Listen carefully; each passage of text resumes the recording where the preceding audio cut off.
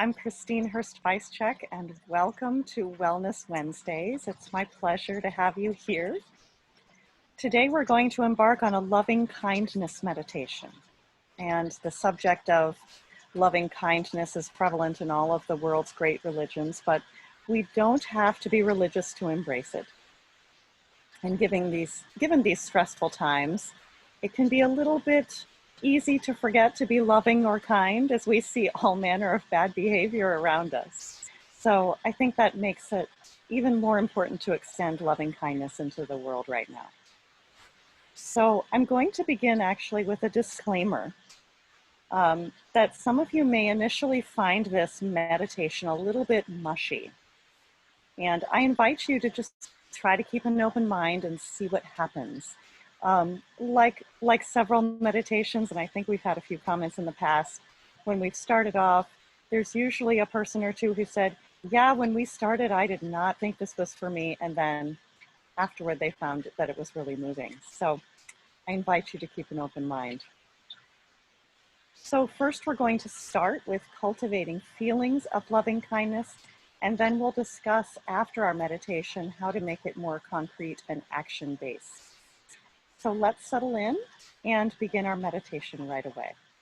We'll talk later.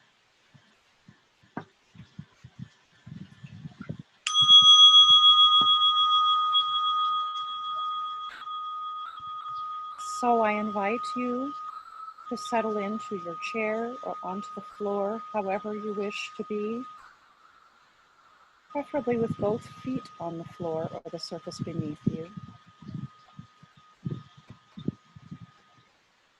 And if you are comfortable, allow your eyes to gently close. If you prefer, you are more than welcome to simply lower your gaze and allow it to softly unfocus.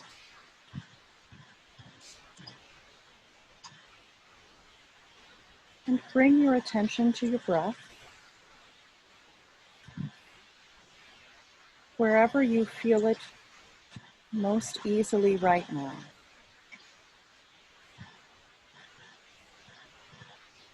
You might notice it most at your nostrils or in the rise and fall of your chest or in the movement of your belly.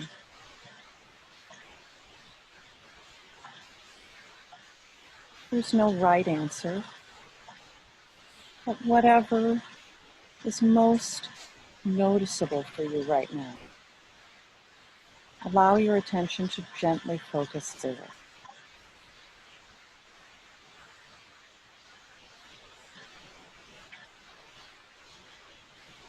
And remember, we're not trying to control the breath. We're not trying to slow it down or deepen it. We're just observing with a sense of gentle curiosity.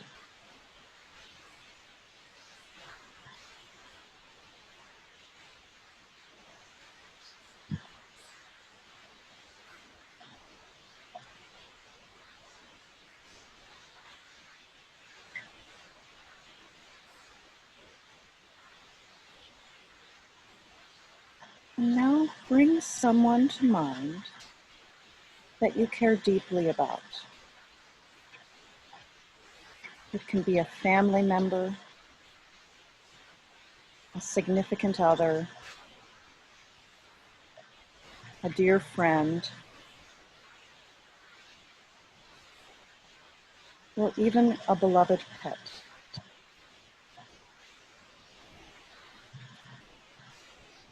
Bring this image to your mind as clearly as possible.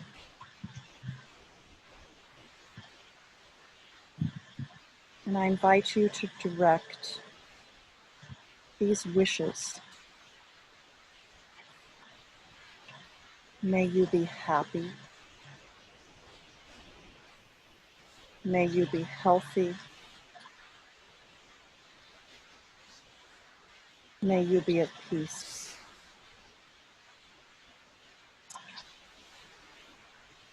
May you be free from suffering.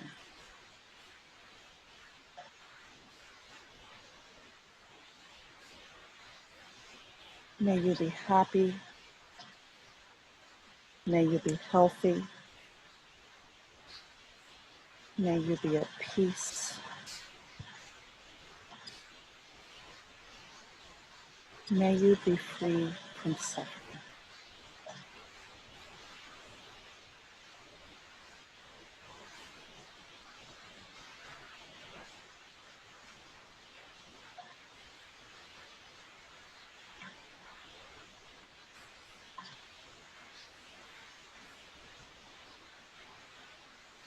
Now, as easy as it is to direct these intentions towards someone we love, we should also direct these intentions to ourselves. And now say the words to yourself.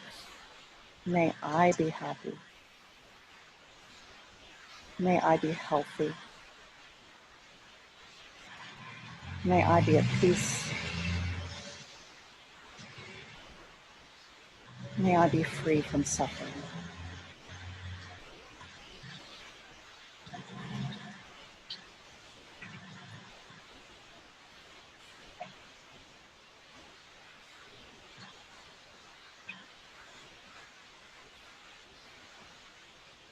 Take a moment to really absorb those words. May I be happy. May I be healthy. May I be at peace.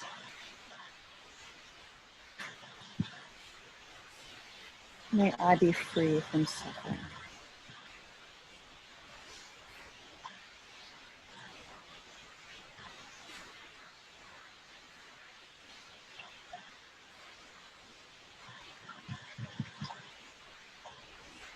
And now bring someone to mind that you don't know very well. Might be someone that you pass in your neighborhood. It might be the cashier at the grocery store.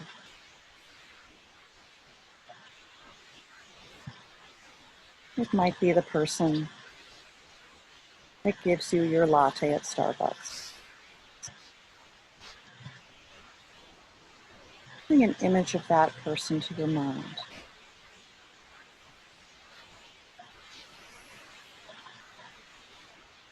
And now direct the intentions toward that person.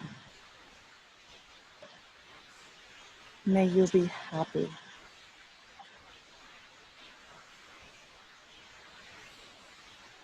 May you be healthy.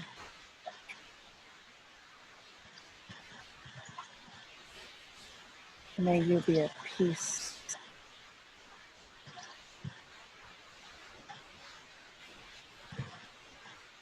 May you be free from suffering.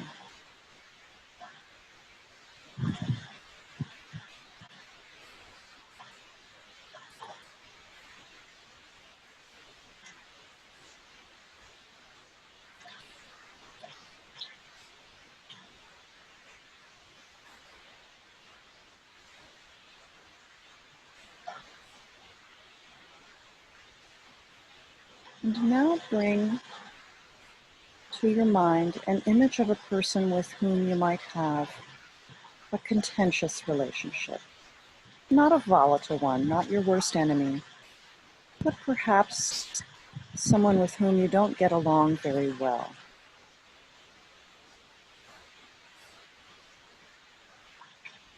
And realize that this person too wants to be happy and healthy and at peace and free from suffering, just as you do. And so direct these intentions to that person as well as you hold their image in your mind. May you be happy.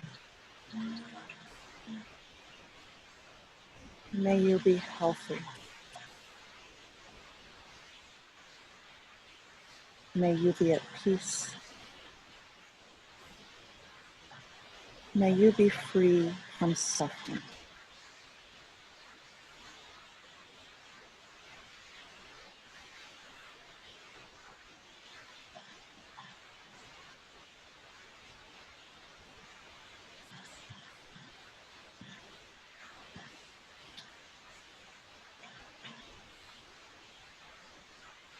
Next, I'd like you to imagine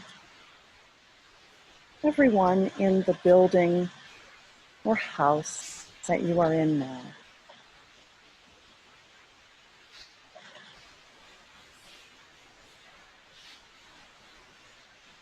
And if there's only you in your home, then allow your thoughts to encompass the next house or two over. And allow your intentions to direct to everyone in those houses or that building. May you be happy. May you be healthy. May you be at peace.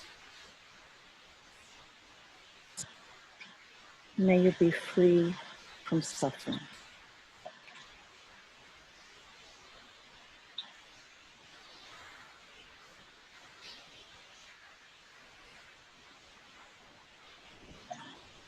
And now widen your intention to everyone in your town or your state.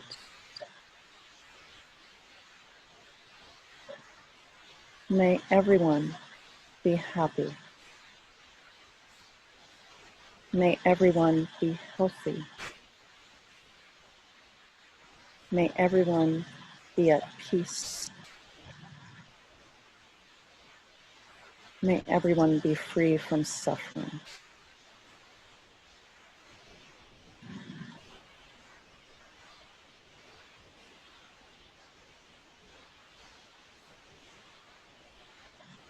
And then you may widen your intention to everyone in your country or in the world. May all be healthy. May all be happy.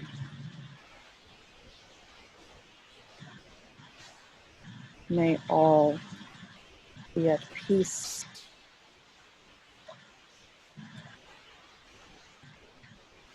May all be free from suffering.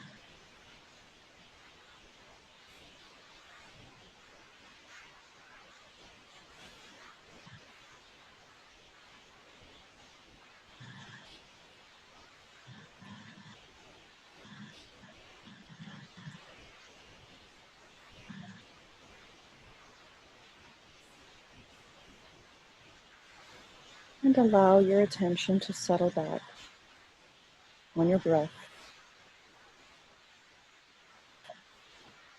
Taking one deep breath now, with a long exhalation. And in a moment, when the bell rings, gently open your eyes. And we will keep the recording going just a little bit longer.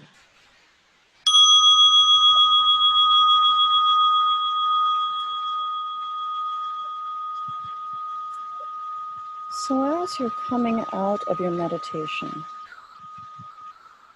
I'd like to talk a little bit more about loving kindness. And that word sounds a little woo-woo, even to me. You know, that just sounds like, oh, we're supposed to be nicer. And while that's lovely, and while the world could certainly do with people being nicer, it doesn't seem like quite enough, does it? So maybe we want to define the words loving kindness. And personally, I prefer the Hebrew word chesed, which goes beyond being simply nice. It isn't really enough to hold warm thoughts in our heart or to wish people well. Chesed involves acts that sustain the other.